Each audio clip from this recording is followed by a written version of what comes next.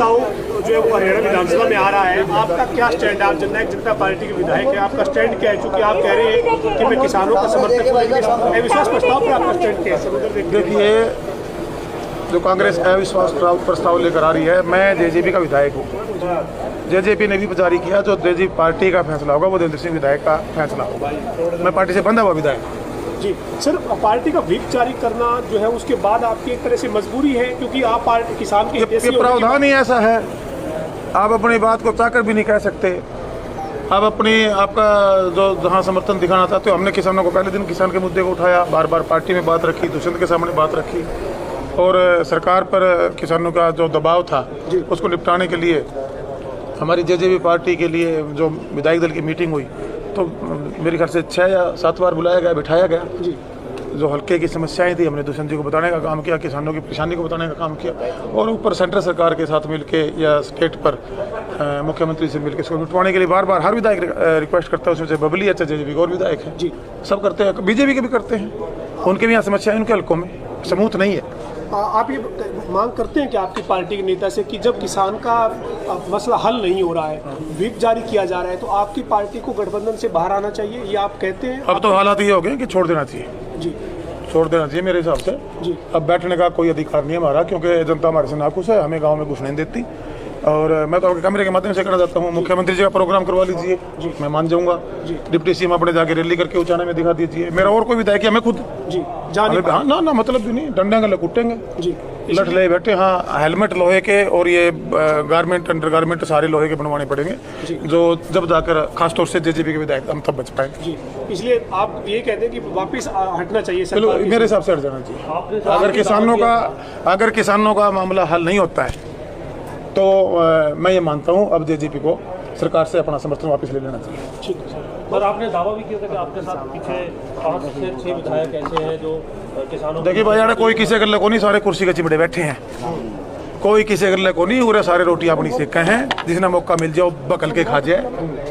ये तो कोई मैं ही गलती से इस दूसरी क्लास में शामिल हो गया हूँ, और मेरा ये मन नहीं है। मैं जनता की आवाज बन के आया था, जनता की आवाज बन के रहना। शामिल कहाँ सर? लेकिन इस्तीफा तो आप भी नहीं दे रहे ना, खाली मेरा इस्तीफे से क्यों जाएगा?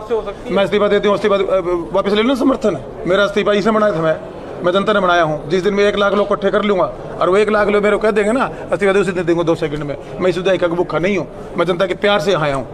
किसान तो घर जा रहे हैं, विधायकों के घर जा रहे हैं किसान, वो कह रहे हैं। हाँ, मेरे घर गए थे भाई, गए थे, मैंने खुद ने चाय लड्डू में तैयार रखूँ। उनका प्रेशर जायज है, उनके बाल बच्चे सारे सड़कों पर सड़ रहे हैं, वहाँ पर बैठे हैं, भूख मर रहे हैं, व्यवस्था खराब चमराई हुई, आगे फसल आई खड़ी है। उनकी मजबूरी को शौक में थोड़ी बैठे हैं, निपटाना चाहिए इसको। क्यों नहीं निपटा पा रहे हैं? यहाँ बड़ी बड़ी बातें विधानसभा में बोलने से एक्चुअल में किसानों का दर्द वही समझ सकता है जो किसानी से उस जमीन की पैदा से बड़ा हुआ, वो मैं हुआ, मुझे तकलीफ है। आज हम किसी पार्टी के साथ विधायक बन के आगे, मेरा ये मानना है कि आज हमारा कोई हक नहीं है सरकार के साथ खड़े रहने का। या तो सरकार इसको निपटाए 15 दिन में, नहीं तो मैं आज खुद कह रहा हूँ कि हमें अपना समर्थन वापस ले लेना चाहिए। सर, आपने अविश्वास प्रस्ताव पे मजबूरी रहेगी आपकी कल, जैसे आपने कहा? मजबूरी है भाई, क्यों नहीं जाऊँगा? अगर व्हिप जारी कर दिया हाँ जाना पड़ेगा, नहीं तो कहेंगे चल तू बाहर।